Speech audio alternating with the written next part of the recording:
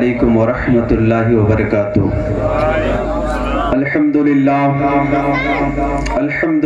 رب العالمین والعاقبۃ للمتقین والصلاة والسلام علی سید الانبیاء والمرسلین، اما بعد فاعوذ باللہ من الشیطان الرجیم، بسم اللہ الرحمن الرحیم، یا ایہا الذین آمنوا اتقوا اللہ وکونوا مع الصادقین۔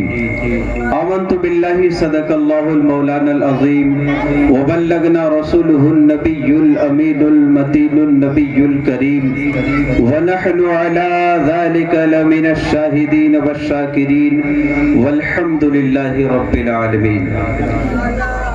آئیے ہم اور آپ مل کر سب سے پہلے آقا انعامدار مدینے کے تاجدار دونوں عالم کے مالک و مختار جناب احمد مجتبیٰ محمد مصطفیٰ صلی اللہ علیہ وآلہ وسلم کی بارگاہ پربہار میں ہدیہ درود و سلام کا نذرانہ پڑھنے آواز بلند اللہم صلی علی سیدنا و مولانا محمد کما تحب و ترضى ان تصلی علیہ، صلاۃ و سلام علیک سیدی یا رسول اللہ صلی اللہ علیہ وآلہ وسلم۔ مبارکباد ہیں وہ لوگ جنہوں نے آج یہ جشن غوث العظم کی محفل کو سجایا۔ یہ محلہ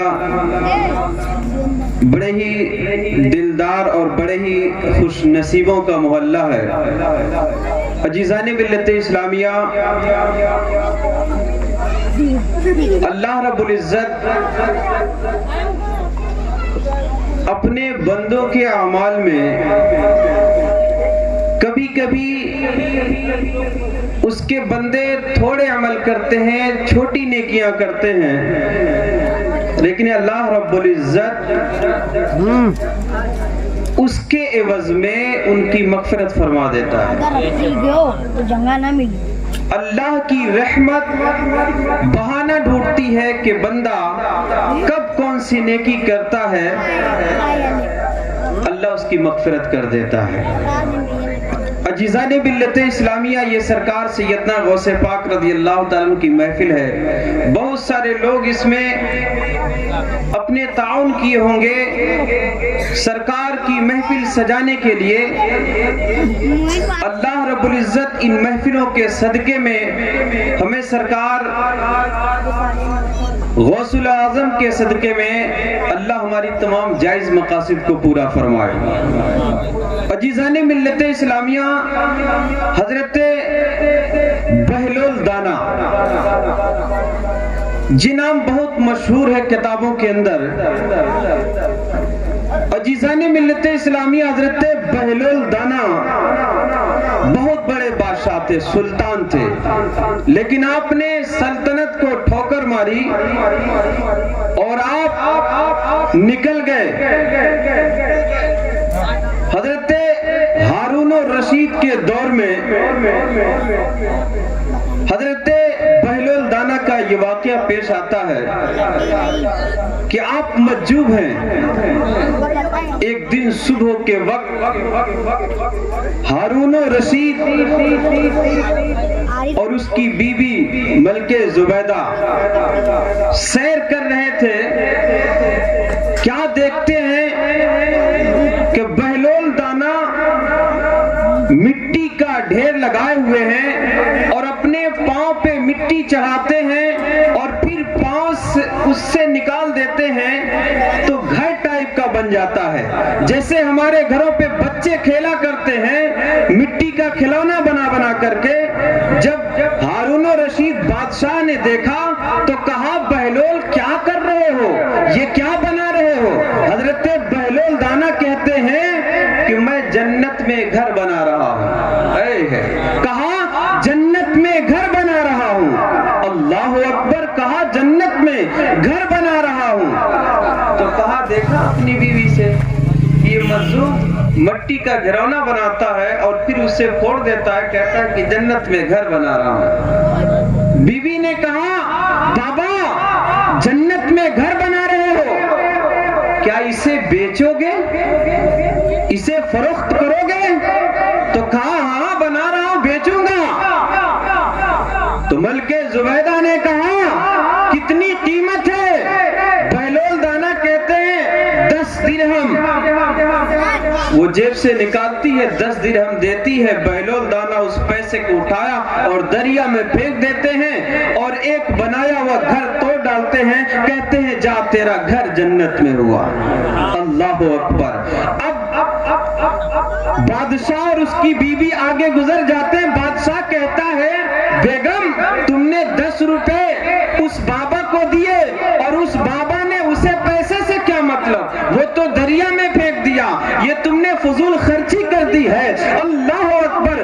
جب پلٹ کے آتا ہے بادشاہ، رات ہوتی ہے، جب وہ اپنے بستر پہ آرام کرتا ہے، خواب میں کیا دیکھتا ہے کہ جنت میں ایک محل بنا ہوا ہے، بڑا خوبصورت محل ہے، اس کا کوئی ثانی نہیں دکھتا ہے. اللہ اکبر. جب بادشاہ دیکھ رہا ہے کہ جنت میں محل ہے، بڑا خوبصورت ہے، اس محل کو دیکھتا کیا ہے، جب غور کرتا ہے اس کے دروازے پہ اس کی بیوی کا نام لکھا ہوا ہے. وہ بادشاہ خواب ہی میں کہتا ہے یہ تو میری بیوی کا محل ہے، یہ جنت میں جو محل ہے یہ میری بیوی کا محل ہے. آگے بڑھتا ہے، اندر داخل ہونا چاہتا ہے، فرشتے روک دیتے ہیں، کہتے ہیں اندر نہیں جا سکتے. اللہ اکبر. سلطان بادشاہ کہتا ہے فرشتوں مجھے اندر جانے دو، یہ میری بیوی کا محل ہے. فرشتے کہتے ہیں وہ دنیا میں تمہاری بیوی ہوگی لیکن یہاں نہیں. اللہ اکبر. جب اسے فرشتوں نے پیچھے ہٹایا، بادشاہ کی آنکھ کھل جاتی ہے.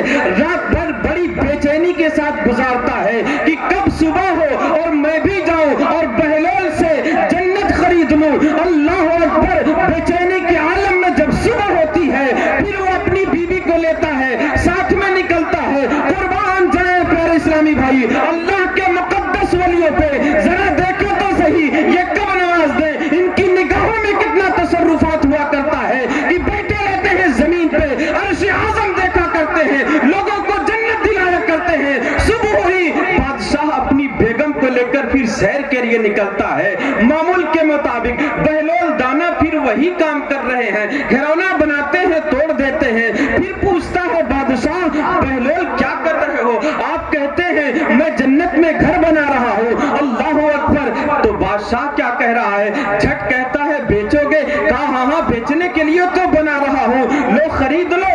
کہاں کتنی قیمت ہے؟ اللہ اکبر. حضرت بہلول کہتے ہیں ساری سلطنت تیری جتنی بھی سلطنت ہے اتنی قیمت ہے اس گھر کی. اللہ اکبر. بادشاہ کہتا ہے کل تو تم نے یہ گھر میری بیگم کو، میری بیوی کو بیوہ صرف 10 درہم کے دے دیے تھے، لیکن آج ساری سلطنت کیوں؟ بہلول دانا کہتے ہیں وہ بغیر دیکھے خرید لی تھی، لیکن تو دیکھ کر کیا رہا ہے، تو ملاحظہ کر کے آ رہا ہے، اس لیے تجھے ساری سلطنت دینی پڑے گی. پیارے اسلامی بھائی یہ محفل سجائی گئی ہے، بہت سارے لوگوں نے 10 روپے 20 روپے 50 100 روپے اکٹھے کر کے محفل سجائے ہوں گے. بہت سارے لوگ اپنے گھروں میں بیٹھ کر کے سن رہے ہوں گے، لیکن قربان جائے پیارے اسلامی بھائی اس محفل میں کہ یہ سرکار سیدنا غوث پاک کی محفل ہے، یہ سرکار عبد القادر جیلانی کی محفل ہے. اللہ اکبر.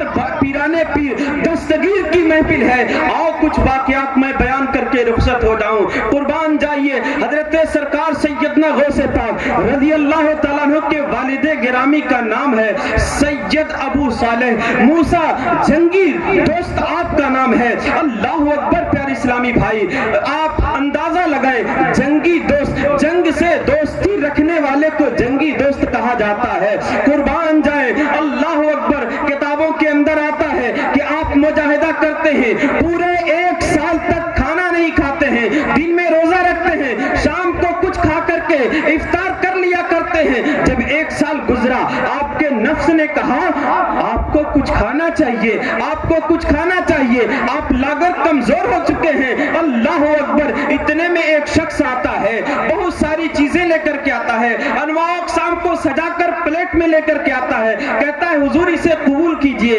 آپ قبول کرتے ہیں اور قبول کرنے کے بعد فقراء کو بلا کر تقسیم کر دیتے ہیں. اللہ اکبر. اللہ کو یہ بات اتنی پیاری لگی. حضرت خضر تشریف لاتے ہیں اور آنے کے بعد کہتے ہیں اے ابو صالح موسیٰ جنگی دوست سنیے, اللہ رب العزت نے آج سے آپ کو میں یہ نام دے رہا ہوں, آپ کا نام جنگی دوست رہے گا. قربان جائیں پیارے اسلامی بھائی, پھر کیا ہوتا ہے اندازہ لگائیں. آپ فرماتے ہیں آج میرے ساتھ آپ افطار کیجئے. آپ کہتے ہیں ٹھیک ہے میں آپ کے ساتھ افطار کرتا ہوں. حضرت خضر اپنے جھولے سے کچھ نکالتے ہیں, سامنے رکھ دیتے ہیں, افطار کرتے ہیں. آپ اندازہ لگائیں اللہ کے مقدس ولیوں نے کس قدر مجاہدے کیے ہیں. قربان جائیں. آپ فرماتے ہیں پیارے اسلامی بھائی کہ شام کا وقت تھا, چاند نکلا, اس کی چمچماتی, میں نے دریا دجلہ کے کنارے بیٹھ کر سوچ رہا تھا, اپنے آپ میں غور و فکر میں مست تھا کہ اچانک کیا دیکھتا ہوں, ایک بہتا ہوا سیب چلا جا رہا ہے. آپ کی نگاہ جب اس سیب کے اوپر پڑتی ہے, حضرت ابو صالح موسیٰ جنگی دوست فوراً اس سیب کو اٹھاتے ہیں اور اٹھانے کے بعد اس سیب کو کھا لیتے ہیں. کھانے کے بعد شام کا وقت ہے, اپنے گھر کے طرف چل دیتے ہیں. راستے میں نفس مطمئنہ آپ کے طرف مخاطب ہو کر کہتا ہے اے ابو صالح تم نے یہ سیب کھایا ہے, اس کی قیمت نہیں ادا کی ہے, اس کی رقم تم نے نہیں ادا کی ہے, کس سے پوچھ کر کے کھایا ہے, اس کا مالک کون تھا تم نے اسے پوچھا نہیں ہے. اتنا جب آپ کے دل میں خیال آتا ہے, اللہ اکبر, رات بے چینی کے ساتھ گزارتے ہیں, تہجد کا وقت ہوتا ہے, آپ تہجد کی نماز پڑھنے کے بعد فجر کی نماز ادا کرتے ہیں اور اس سیب کے مالک کی تلاش میں نکل جاتے ہیں, دریا کے کنارے چلنا شروع کر دیتے ہیں. ایک دن کا سفر نہیں ہے, 2 دن سفر کرتے ہیں, تیسرے دن پہنچتے ہیں تو کیا دیکھتے ہیں کہ دریا کے کنارے ایک بڑا ہی خوبصورت باغ ہے اور اس باغ کے اندر ایک درخت ہے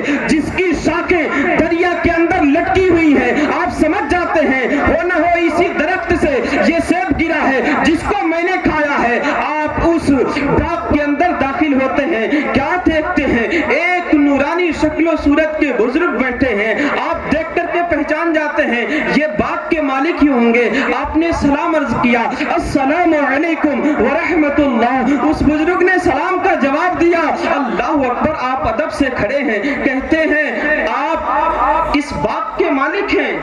وہ جانتے ہیں کون ہے, سرکار سیدنا غوث پاک رضی اللہ تعالیٰ عنہ کے نانا حضرت عبداللہ سمعی رضی اللہ تعالیٰ عنہ. ادب سے کھڑے حضرت ابو صالح کہتے ہیں آپ کے باغ کا ایک سیب میں نے بلا اجازت کھا لیا ہے, آپ اس کی قیمت بتا دیں. جب اتنا سنا ہے, ایک ولی دوسرے ولی کو پہچان جایا کرتا ہے. اللہ اکبر. کہتے ہیں یہ نوجوان کوئی معمولی نوجوان نہیں ہے. آپ کہتے ہیں اس سیب کی قیمت یہ ہوگی, میرے باغ کی رکھوالی کرنی پڑے گی, میرے باغ کی رکھوالی کرنی پڑے گی. قربان جائے. حضرت ابو صالح کہتے ہیں کتنے دنوں تک رکھوالی کروں گا. حضرت عبداللہ سمعی کہتے ہیں 1 سال رکھوالی کرو. 1 سال پورا ہوتا ہے, پھر دوسرا سال بھی نکل جاتا ہے. اللہ اکبر. آپ دست بستہ کھڑے کہتے ہیں حضور میں نے 2 سال آپ کے باغ کی رکھوالی کی ہے, کیا اب اس سیب کی قیمت ادا ہو گئی, میں جا سکتا ہوں؟ تو حضرت عبداللہ سمعی کہتے ہیں اے نوجوان ابھی تو نہیں جائے گا, ابھی کچھ معاملات باقی ہیں, اب تجھے انعام دینے کا وقت آیا ہے. آپ کہتے ہیں انعام کیسا؟ کہا سنو میری ایک بیٹی ہے, اس سے تمہیں شادی کرنی پڑے گی, میری بچی سے شادی کرنی پڑے گی. کہا ٹھیک ہے میں شادی کر لوں گا, لیکن آپ فرماتے ہیں کہ سن اے نوجوان, میری جو بچی ہے وہ دونوں آنکھوں سے اندھی ہے. اللہ اکبر. آج کا دور پیارے اسلامی بھائی, اگر کسی کے یہاں ہم رشتہ لے کر کے جاتے ہیں تو ہماری مائیں اور بہنیں جب رشتہ لے کر کے کسی بچی کو دیکھنے جاتی ہیں تو اس بچی کو چلا کر کے دیکھا جاتا ہے, اس کی انگلیاں دیکھی جاتی ہیں, اس کا کلر دیکھا جاتا ہے, اس کی شکل دیکھی جاتی ہے, اس کے نام و نقشہ دیکھے جاتے ہیں, لیکن اس کی سیرت نہیں دیکھی جاتی ہے. آج کل صورت میں مرنے والے لوگ ہیں, سیرت نہیں دیکھی جاتی ہے. آج لوگ فیشن کو دیکھا کرتے ہیں. میں کہتا ہوں فیشن میں غرق ہونے والے ایک قوم کے لوگوں سنو, ہمیں ضرورت آج اس چیز کی ہے, ہم شکل صورت نہ دیکھیں بلکہ سیرت دیکھ کر کے شادیاں کیا کریں.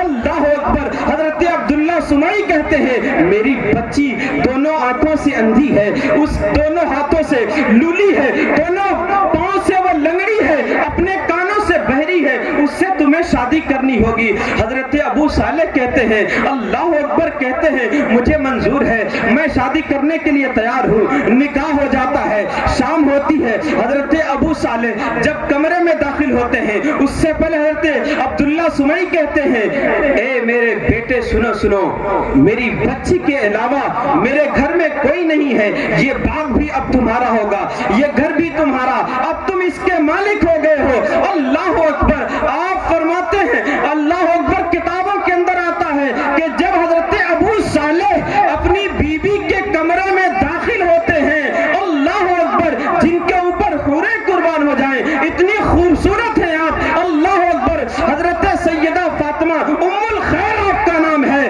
آپ جب داخل ہوتے ہیں میٹھی آواز میں سلام عرض کرتی ہیں اپنے شوہر کو، جب آواز سنے آپ فوراً قدم باہر کھینچتے ہیں، ارے یہ تو اتنی خوبصورت ہیں، یہ تو آواز بھی ان کی بڑی پیاری ہے، یہ تو سن بھی سکتی ہے، یہ دیکھ بھی سکتی ہے، آپ باہر آ جاتے ہیں اور اپنے اس بزرگ کے سامنے کھڑے ہو جاتے ہیں اور کہتے ہیں اے بزرگوار، میں نے آپ کے باغ کی رکھوالی کی، آپ کی بیٹی سے شادی کی، لیکن جب میں کمرے میں داخل ہوا تو ان کی آواز بھی ہے، وہ تو سن بھی سکتی ہیں، وہ تو دیکھ بھی سکتی ہیں، ان کے ہاتھ بھی سلامت ہیں، وہ تو بڑی ہی خوبصورت ہے، معاملہ کیا ہے؟ اللہ اکبر۔ حضرت عبداللہ سمعی کہتے ہیں بیٹا جو تم نے دیکھا وہ بھی صحیح ہے، جو میں نے کہا وہ بھی صحیح ہے۔ کیسے؟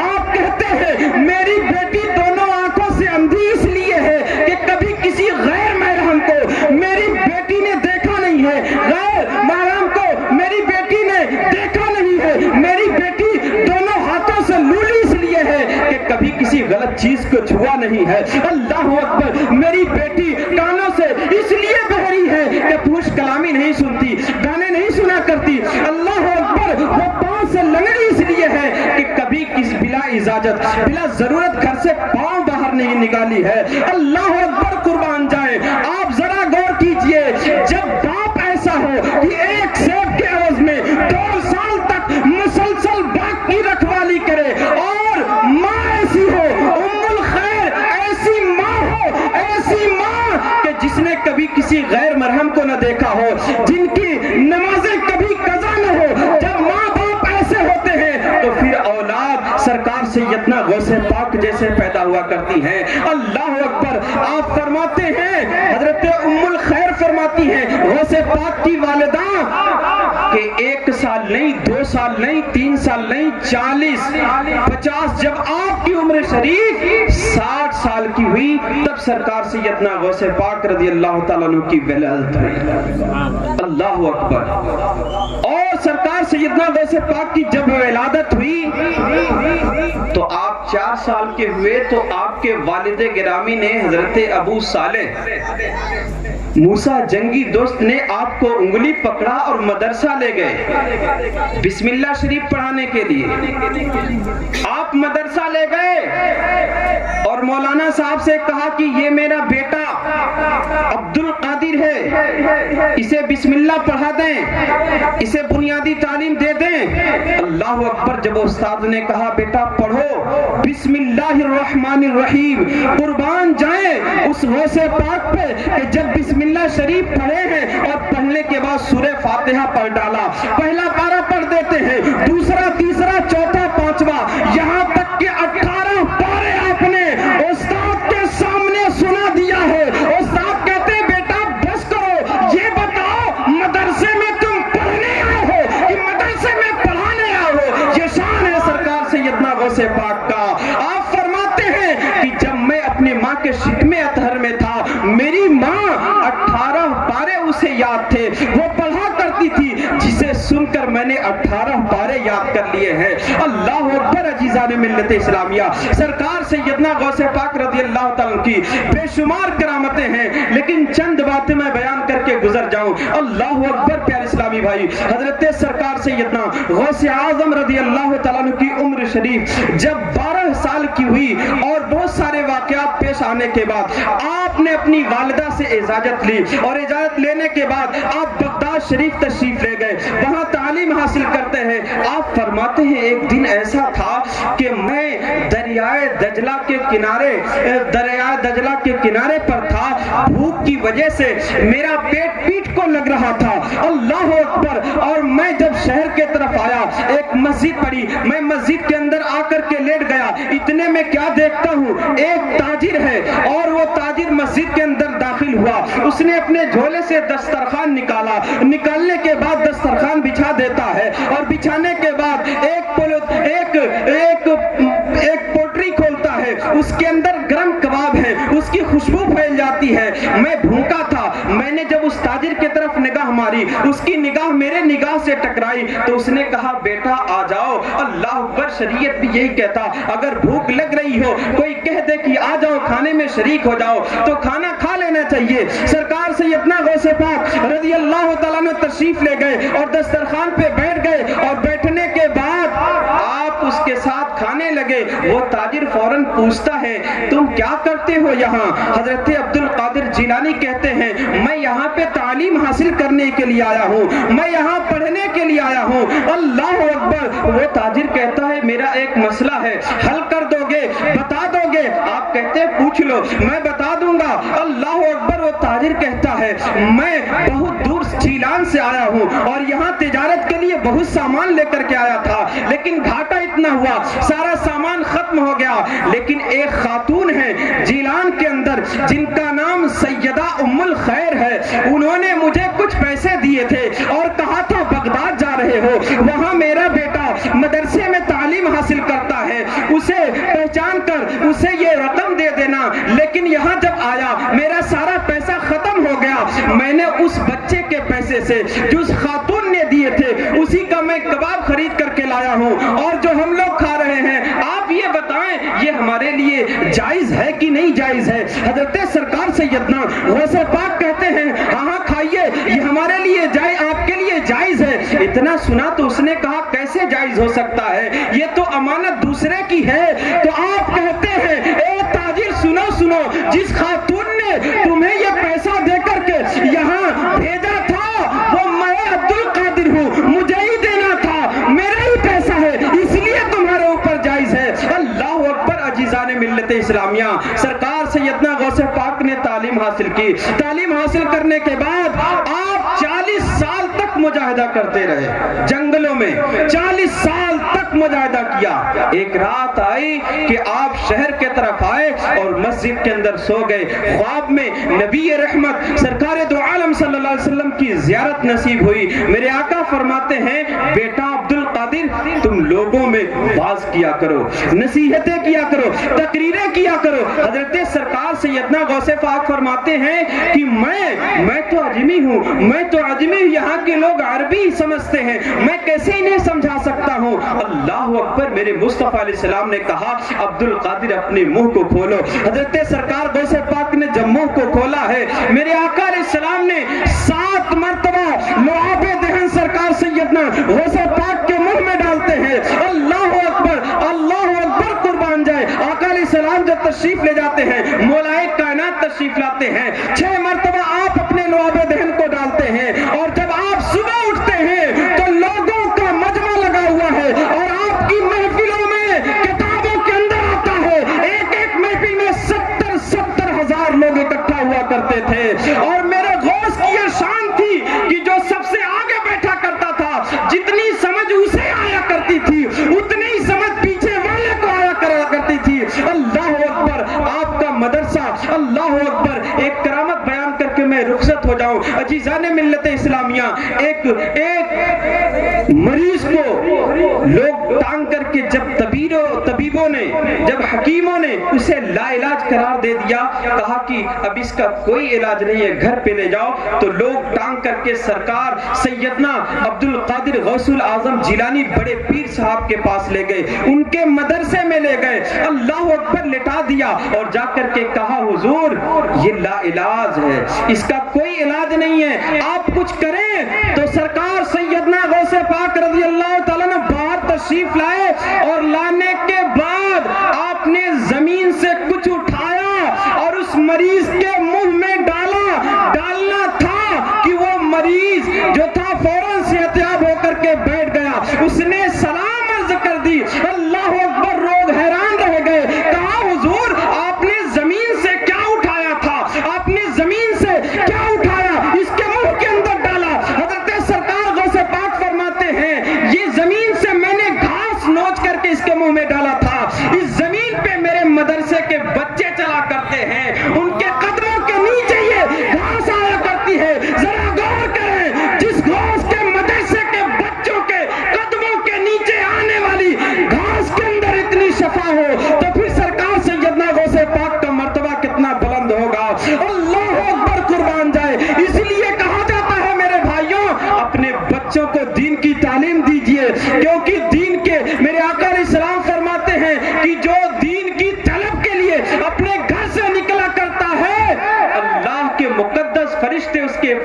گلے پر بچھایا کرتے ہیں. ان کی عزت کرنی چاہیے, علماء کی عزت کرنی چاہیے, علماء کو اپنے گھر پہ بلانا چاہیے. اگر ان کے اوپر 10 روپے یا مدرسے کو ہم 10-20 روپے تعاون کر دیں, یہ سمجھیں یہ مہمان رسول ہے. اگر یہ پیسہ قبول ہوا, میدان محشر میں ہماری شفاعت ہو جایا کرے گی. عزیزان ملت اسلامیہ, ایک مجلس لگی ہوئی ہے, اللہ اکبر. آپ کی مجلس میں جو لوگ آیا کرتے تھے, جب سرکار بیان کیا کرتے, لوگ دہاڑے مار مار کر کے رویا کرتے. کتابوں کے اندر آتا ہے جب محفل برخاست ہوتا تو اس وقت کئی لوگوں کا جنازہ اٹھا کرتا تھا. اللہ اکبر. ایک محفل کے اندر سرکار سیدنا غوث پاک اپنے بیٹے سے کہتے ہیں, اے میرے بیٹے عبد الجبار, کھڑے ہو جاؤ اور لوگوں تھوڑی دیر تقریر تم کرو. آپ کے صاحبزادے کھڑے ہوتے ہیں اور جب تقریر شروع کرتے ہیں, لوگوں میں وہ کیفیت طاری نہیں ہوتی ہے, لوگوں میں وہ مزہ محسوس نہیں ہوتا ہے. آپ کہتے ہیں بیٹا بیٹھ جاؤ, میں کھڑا ہوتا ہوں. سرکار سیدنا غوث پاک کھڑے ہوتے ہیں اور کھڑے ہونے کے بعد انہوں نے صرف اتنا کہا, اے لوگوں, میرے گھر پہ ایک حادثہ ہو گیا ہے. اب لوگ تعجب کرنے لگے کہ سرکار سیدنا غوث پاک کے گھر پہ کیسا حادثہ؟ کہا حادثہ ہو گیا ہے. کہا کیا ہوا حضور؟ تو کہا میری بیوی عبد الجبار کی ماں دودھ اکٹھا کر کے سکھر کے اوپر اس نے رکھ دیا تھا دہی بنانے کے لیے کہ گرمی میں استعمال کریں گے. لیکن جب آج میں دوپہر میں گیا تو انہوں نے اس ہانڈی کو زمین پہ اتار کر رکھا تھا کہ اچانک ایک بلہ آیا اور اس نے پنجہ مارا, مٹکا ٹوٹ گیا, ساری دہی بہ گئی. بس اتنی سی بات کہی, لوگ دہاڑے مار کر کے رونے لگے, لوگ دہاڑے مار کر کے رونے لگے. اللہ اکبر. اتنی سی بات میں کیا رکھا ہے کہ مٹکا زمین پہ رکھا, بلہ نے پنجہ مارا اور ٹوٹ گیا, ساری دہی بہ گئی. لوگ رونے لگے, زاروں قطار رونے لگے. ہم جیسے لاکل لوگ نہیں رہا کرتے تھے, اللہ کے کتب و ابدال وہاں بیٹھا کرتے تھے. اللہ اکبر. رونے لگے. اس کا مقصد یہ تھا کہ سرکار سیدنا غوث پاک فرما رہے تھے, اے لوگوں, جو مال ہم اکٹھا کرتے ہیں, مال اکٹھا کر لیتے ہیں اور جب اسے استعمال کا وقت آتا ہے تو ملک الموت آتے ہیں اور پنجہ مارتے ہیں, جسم سے روح لے کر کے غائب ہو جاتے ہیں. سارا مال یہی ختم ہو جاتا ہے, یہی صرف ہو جاتا ہے. بتانے کا مقصد یہ ہے, اے لوگوں, مال اکٹھا کرو, لیکن یاد رکھو اس مال کو راہ خدا میں خرچ کیا کرو, راہ حق میں خرچ کیا کرو, غریبوں کی مدد کیا کرو, محفل غوث پاک سجایا کرو, ذکر مصطفیٰ کیا کرو, اپنے گھروں پہ قرآن خوانیاں کرایا کرو. اس لیے کہ جانتے ہو مال اکٹھا کر لیتا ہے انسان, تو جب اکٹھا ہو جاتا ہے, استعمال کا وقت آتا ہے تو جسم میں بیماری شوگر لگ جاتا ہے, شوگر لگ جاتا ہے, اسے بلڈ پریشر ہو جاتا ہے. کیا بھائی شوگر ہو گیا, آپ کوئی چیز کھا نہیں سکتا, بلڈ پریشر ہے, نمک نہیں کھا سکتا. پتہ یہ چلا, مال اکٹھا کرو, راہ خدا میں خرچ کرتے رہو, اللہ رب العزت بھی راضی ہوگا اور رب کے حبیب بھی راضی ہوں گے. دنیا بھی سنور جائے گی, آخرت بھی سنور جائے گی. رب تعالیٰ عز و جل کی بارگاہ میں دعا ہے, مولا تعالیٰ ہم سب کو ان باتوں پہ عمل کی توفیق عطا فرمائے. استغفر اللہ ربی من کل ذنب و اتوب الیہ. وآخر الدعوانا الحمد للہ رب العالمین.